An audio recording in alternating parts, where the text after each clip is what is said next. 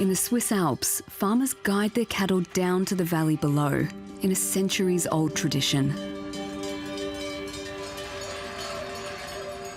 Here, the mountains aren't just a location, they're an identity. Ja, ich bin in den Bergen aufgewachsen, ich bin ein Bergler. Wir waren von einer Woche im Meer in der Ferien. Die Berge vermisse ich halt schon. Und die grüne Landschaft ist halt schon etwas Schönes. These traditions are more than celebrations. They're the living threads of ancient Alpine culture, passed down for centuries.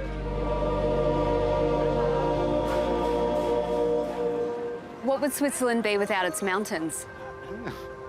Ja, es wäre nicht mehr die Schweiz. But the mountains that have shaped these people are now threatening their very existence.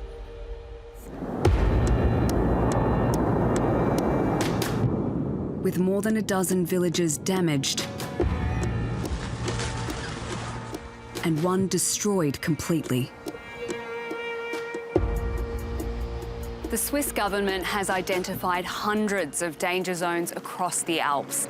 Blutton was one of them. In alles, was wir die letzten 30 Jahre, 35 Jahre aufgebaut haben, ist alles da gewesen.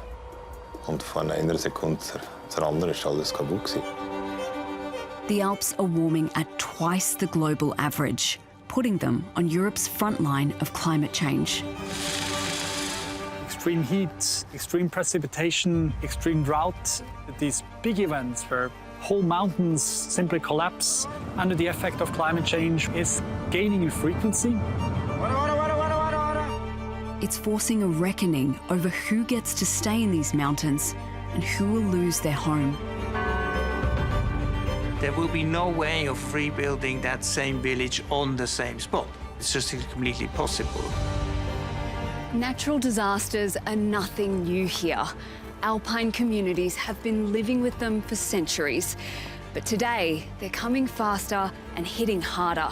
And if the science is right, this is only the beginning. Climate change is pushing these mountains to their limit, and with it, the communities that call them home.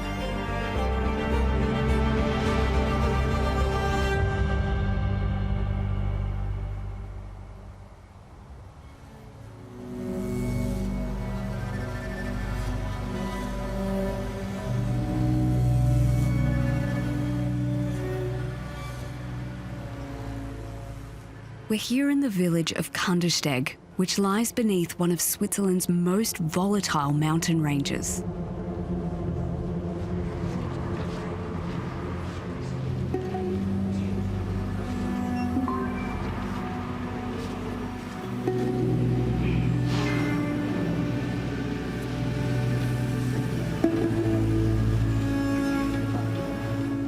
The village is home to 1,300 people.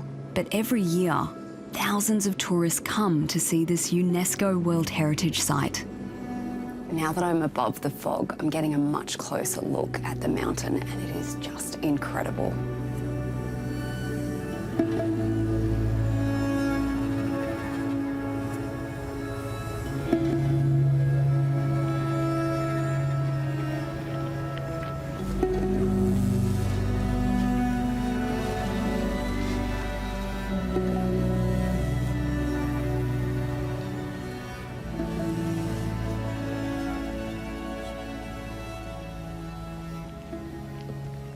That mountain behind me is beautiful, but it's also crumbling. The Spitzersteig has been described as the most watched mountain in Switzerland.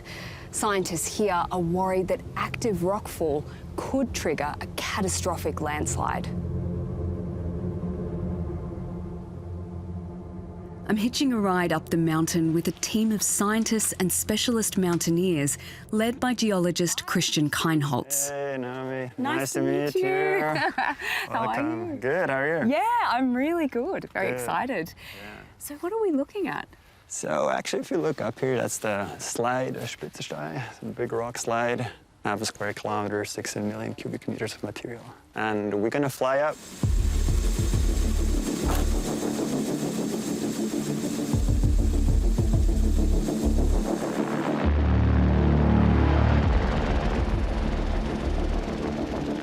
winter, the Spitzerstein lies dormant under snow and ice.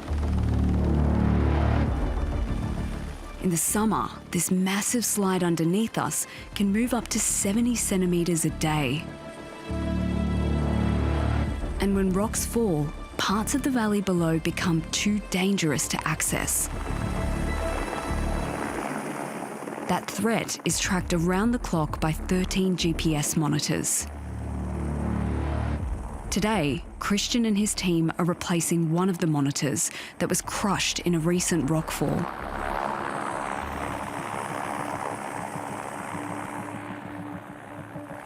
That was incredible.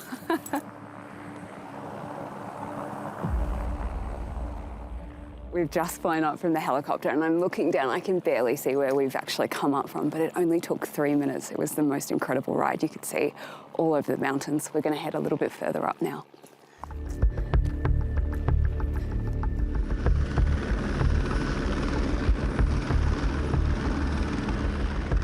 Up here, even maintenance is an extreme sport.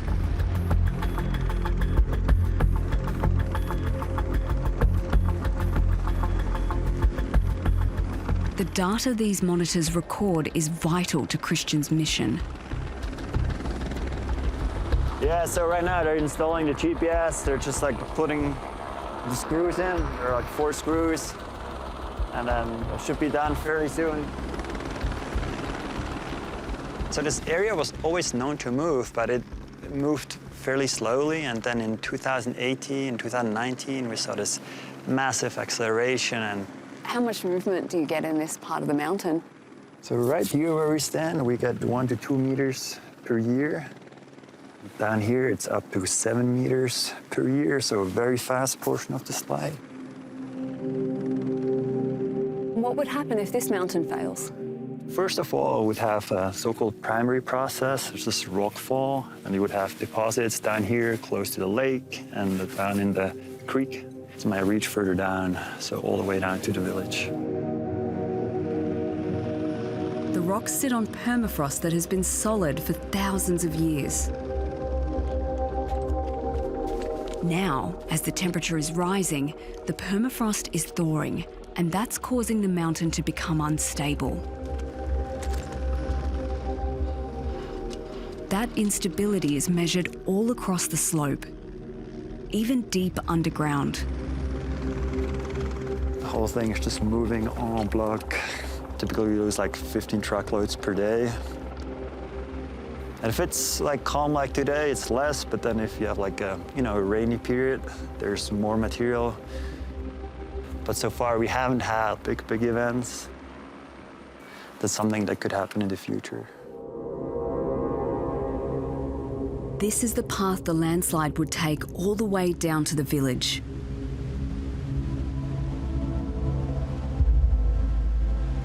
The monitoring Christian's team is doing aims to save lives.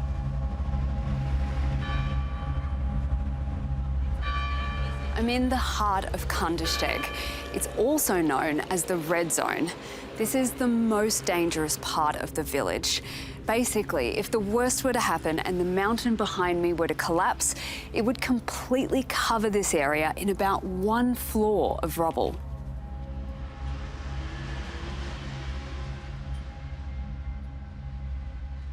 The man who would be in charge of evacuating the village is the mayor, Renee Madder.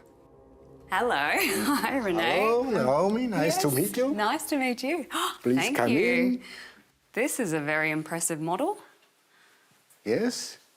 So this is Kandersteg. This is a part of Kandersteg. Nein, nicht das ganze Dorf, sondern das Zentrum vom Dorf. Hier der wichtigste Teil vom Dorf, wo die grossen Hotels stehen, wo die Gemeinde, die Schule und so weiter, die ist in der roten Zone. Das heisst, dass wir hier in dieser Zone keine Bauten mehr errichten können. Es ist quasi wie ein Stillstand für das ganze Zentrum. Das nimmt grosse Summen, wenn man ein Hotel renovieren will, und das tut niemand versichern.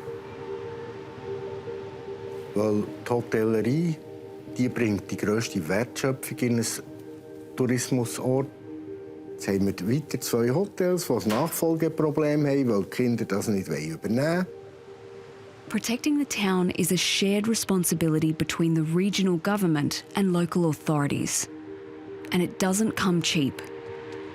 Wir haben bisher über 7 und 8 Millionen Franken investiert in das Monitoring.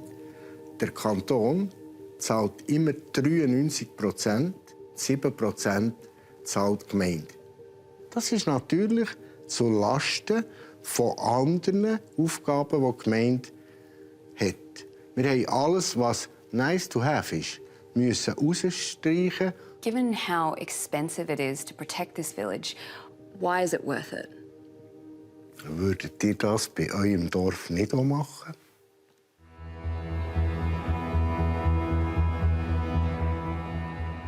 We're heading to the next town, which is just over this mountain.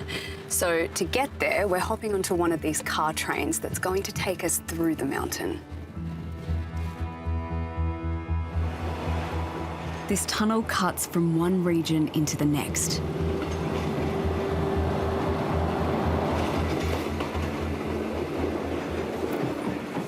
On the other side lies the Lochental Valley. This is a place where the ancient culture combines with old Catholic traditions and a conservative identity. Here, they speak a rare form of Swiss German.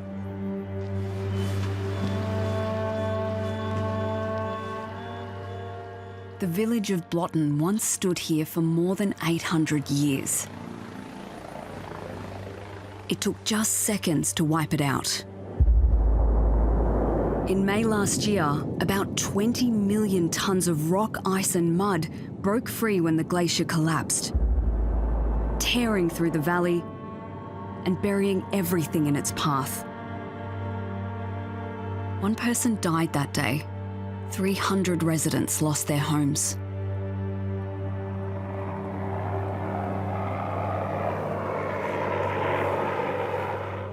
Farmer Danny Rittler was in the valley when it happened. Der rechten Seite ist die Lawine angekommen und ist links 200 Höhenmeter hochgegangen. Hinter dem Schulhaus, das man hier sieht in Weiler, hinten dran war dein Daheim. Aber das ist nur mehr Schuttkegel dazwischen. Danny's house, his sheep farm and his business now lie buried under millions of tons of rock. Ja, es ist fremd. Es fühlt sich fremd an. Nicht real, einfach wie ein Traum. Ja, es ist so wie ein anderer Film. Also, hier schaut man zurück und dann hat man das Gefühl, man müsste etwas anderes sehen. Und dann erschreckt man wieder, was man endlich da sieht. Oder ich kann es gar nicht definieren, wie es vorher ausgesehen hat.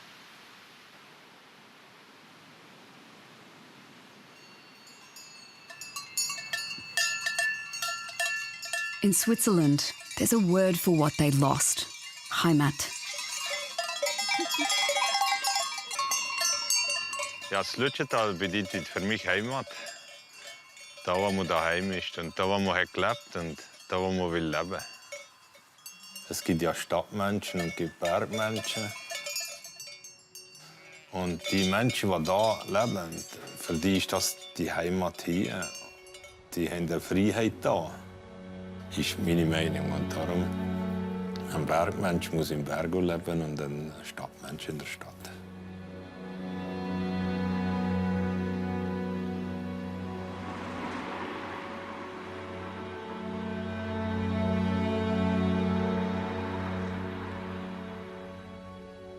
There are plans to rebuild Blotten, but not everyone wants to return.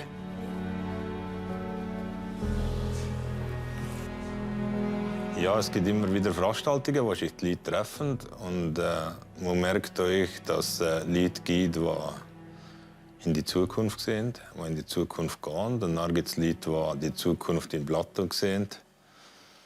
Und nachher gibt es Leute, denen es nicht so gut geht, die zerbrechen fast an der ganzen Situation. Es sind so viele Fragen offen und unser Fokus geht auf unsere Vision im Moment. Und entscheiden tun wir dann, wenn wir sehen, was kann entstehen, was wird entstehen und wie geht die Vision euch weiter von ist. In Switzerland, many of these glaciers are melting fast. We're heading to the Rhone Glacier. It feeds the Rhone River, which runs all the way through France to the Mediterranean. But to get there, I've got to go through the Furka Pass. Oh, here we go. Unfurling in front of me is one of Europe's most heart-stopping mountain roads. Oh my God.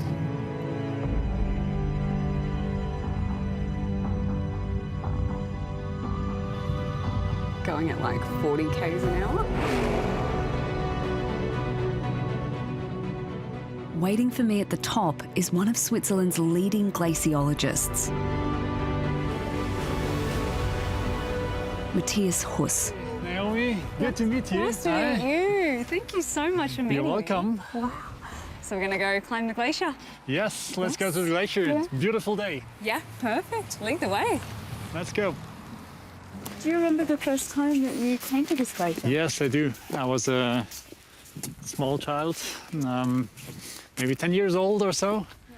And by that time, it was really so impressive because you came around the corner and you were standing right in front of a wall of ice. There was no lake.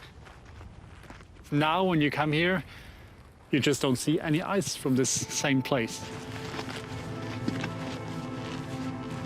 Matthias heads up the National Glacier Monitoring Program that tracks every glacier in the country. Their work has revealed that in just 2025, the glaciers in Switzerland lost 3% of their volume. We're just about to head up onto the glacier, and to do that you need to have a pair of micro spikes on or some crampons, which will just help us to get some leverage on the ice.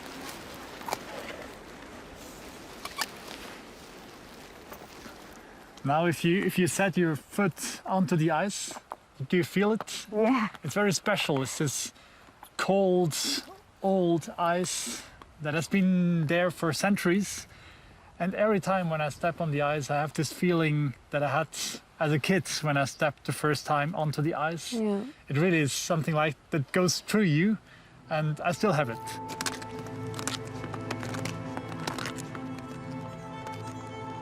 A glacier is a big mass of ice formed by snow. It flows downhill like a slow-moving river. Because they're sensitive to shifts in temperature, they're one of the clearest signs of a changing climate. The evidence of this one's retreat is everywhere. This depression in the ice, this is a new phenomenon that we see on alpine glaciers.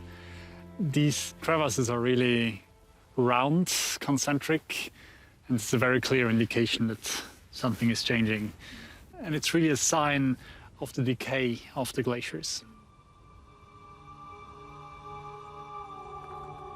We're about 2,000 metres above sea level. The air's thinner up here, and every step on the ice feels heavy. So, we've just been hiking for the last 20 minutes up this glacier, and Matthias is just ahead. He's grabbed some measuring equipment that he's going to put into the ice to see how much glacier melt there has been recently. But as you can see, I need to catch up. He sets a blistering pace.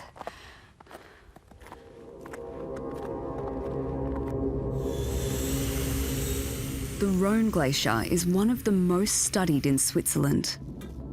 Each year, Matthias measures how much ice is lost in the summer and how much snow returns in winter.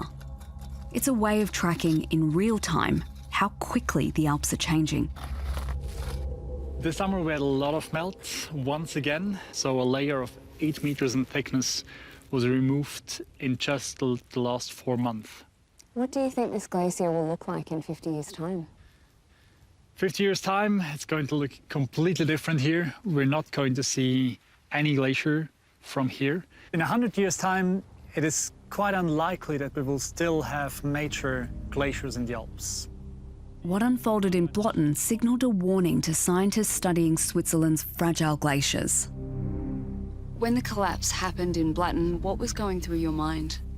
I was absolutely shocked and astonished that this could happen, because indeed it was not a glacier that was considered to be very dangerous before. And what role did climate change play in it? It's a difficult question. So we can certainly say that climate change was responsible for it, but it was a long-term evolution. So first of all, this mountain flank was deglaciarized, so the ice didn't stabilize the rocks.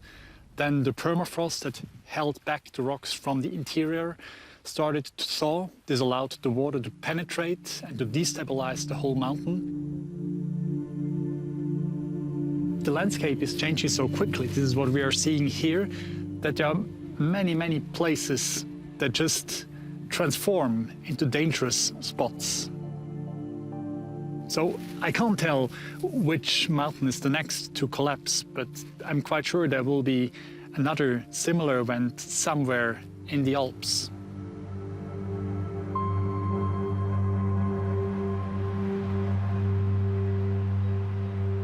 In Blotten, local authorities are pushing ahead with plans to rebuild. But with the mountains still shifting and similar threats unfolding across the Alps, whether they should has sparked fierce debate across Switzerland.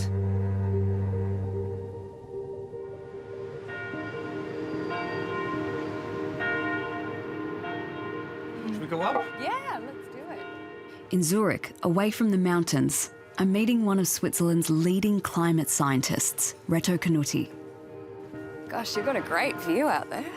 I think we're just a tiny bit too low to see the Bernese Alps. Reto grew up in a ski resort in the Bernese Oberland. A trained physicist, his work is shaping Switzerland's climate strategy. It's easier to protect rather than wait for things to go wrong and then fix it. But when things go horribly wrong, as they were in Blotten, then there's not much you can do. The costs of funding recovery for these disasters is shared by insurance funds and the Swiss taxpayer. And for some, this has hit a nerve. Knowing that there are hundreds of sites that are at risk for natural disasters in the future, is it feasible for governments to keep pouring in all this money? In principle, we could afford maintaining certain things for a very long time. The question to me is whether it makes sense. Switzerland spends about almost 3 billion preventing natural disasters. I think that's sort of 1.2 billion a year from the public sector, and part of it is private sector. We have mandatory insurance for buildings in almost all of the cantons. So that's quite a lot. And then the rebuilding is another, I don't know, 500 million, 1 billion maybe. So it really becomes expensive for a relatively small number of houses and people. These are really sensitive, difficult discussions. How are Alpine communities responding to this? I would say historically, the communities in the mountains have been reluctant to talk about these types of changes because these are conversations about home. So how do you navigate this thing that you have a small population that's very conservative and tries to sort of protect an ancient view of how Switzerland should be in a situation where it cannot be protected, right? You cannot keep Switzerland, the mountains, in the way they were 100 years ago.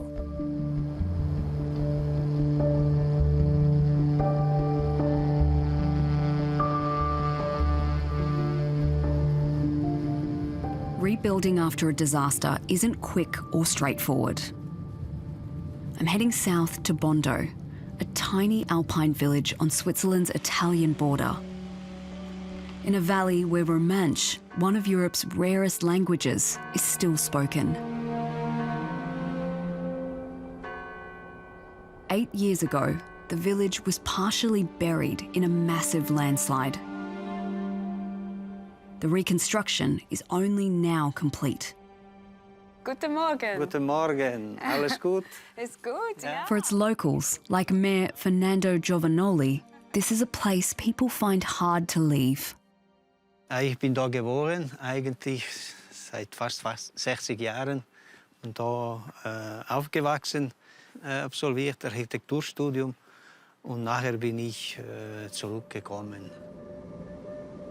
The Piz Cengalo towers over Bondo. Fernando still remembers the day when it unleashed a deadly landslide. Seit dem Ereignis kommt mir immer ein komisches Gefühl, vor allem der gelbe Helikopter, den wir hier hatten. Also nur der Lärm und so, und das macht ein mulmiges Gefühl im Bauch. Millions of cubic meters of rock broke free and hit a glacier. It was a chain reaction of extremes eerily similar to Blotten.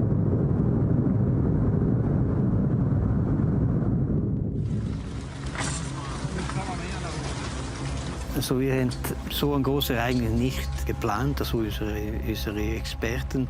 Wir sind davon ausgegangen, dass kleinere Bergstürze passieren können, aber nicht so in einem großen Maß. 8 people died that day. 20 homes were lost, and some residents never returned. For those who remained, the focus turned to protection. So this is the entire rebuild? Yes. Yeah? The town's defences weren't just rebuilt, they were redesigned for a harsher future. This is with concrete. The bridge was lifted by several metres. The river channel was widened to give floodwaters room to surge. And huge concrete barriers were installed to trap falling rock and debris before it could reach the centre of the village.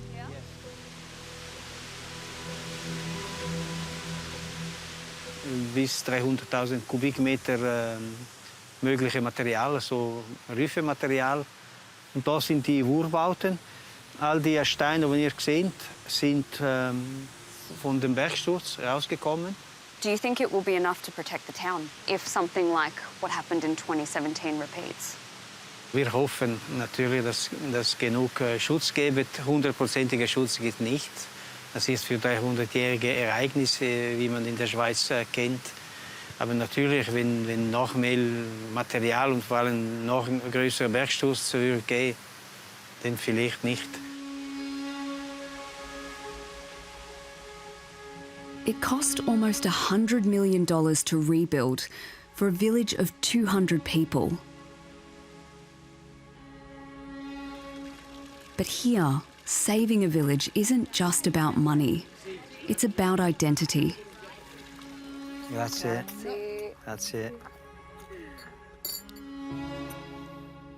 Do you think that you can afford as a country to keep paying such huge amounts of money to rebuild these really tiny villages? Also, wenn die Schweiz nicht, dann ist weltweit niemand kann sich das leisten. Also, wir haben gleich immer noch viel Geld gegenüber anderen Ländern. Also, man kann nicht einfach so sagen, weg von Talschaft und so. Das wäre zu einfach. Man kann darüber diskutieren, aber vor allem sollten die, die in den Bergen sind, diskutieren.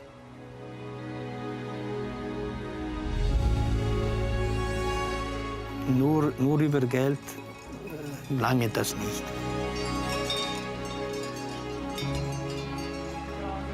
Um vieles geht um Leben, wie ich vorhin gesagt habe, sind Wurzeln.